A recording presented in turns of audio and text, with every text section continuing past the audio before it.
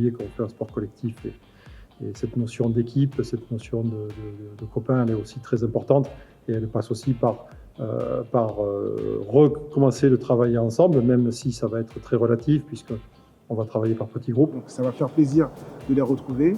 Je pense que ça va leur faire plaisir, eux, de se retrouver entre eux pour continuer et reprendre le travail qu'on avait laissé au mois de mars.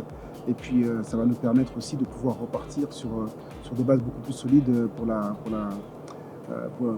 donner un programme lors du mois de juillet, pendant leurs vacances. Et on est soulagé de pouvoir reprendre en toute sécurité. Et puis après la période qu'on a passée, ça fait plaisir de pouvoir se remettre au travail. Ouais. On va mettre en place tout un système qui est là aussi pour éviter la moindre prise de risque. Ça va par effectivement ce que je disais tout à l'heure, donc le travail en petit groupe avec une distanciation sociale permanente entre à la fois les membres du staff et les joueurs entre eux.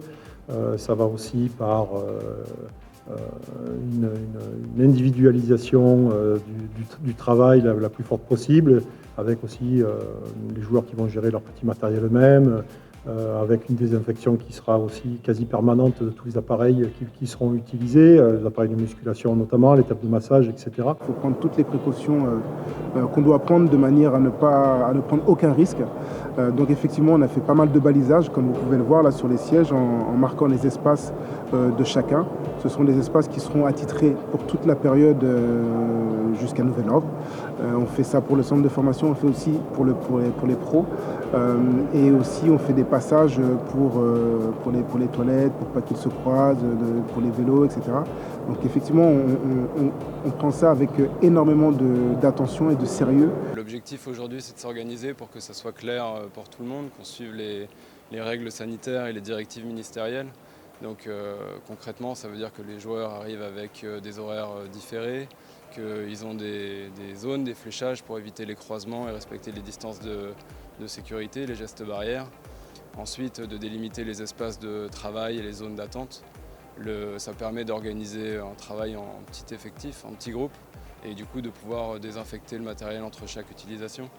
Les joueurs devront s'organiser aussi parce qu'ils n'auront pas accès aux vestiaires, aux douches.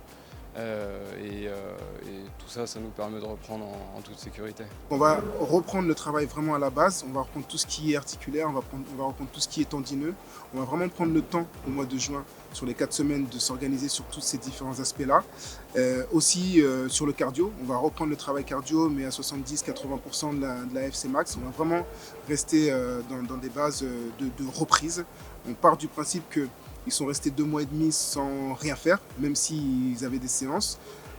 Donc on va recommencer tout. En général, les reprises sont un moment clé où le facteur de risque est plus élevé. Donc pour prévenir les blessures, c'est clairement l'objectif de cette reprise en douceur. On reprend très progressivement sur différents axes, sur le cardio, sur le renforcement musculaire, sur le travail articulaire, proprioceptif, sensorimoteur, sur tout ce qu'on a l'habitude de travailler, mais la clé, c'est la progressivité. On a la chance de pouvoir mettre en place ce stage, ce palier pour pouvoir reprendre en douceur et reconditionner les sportifs.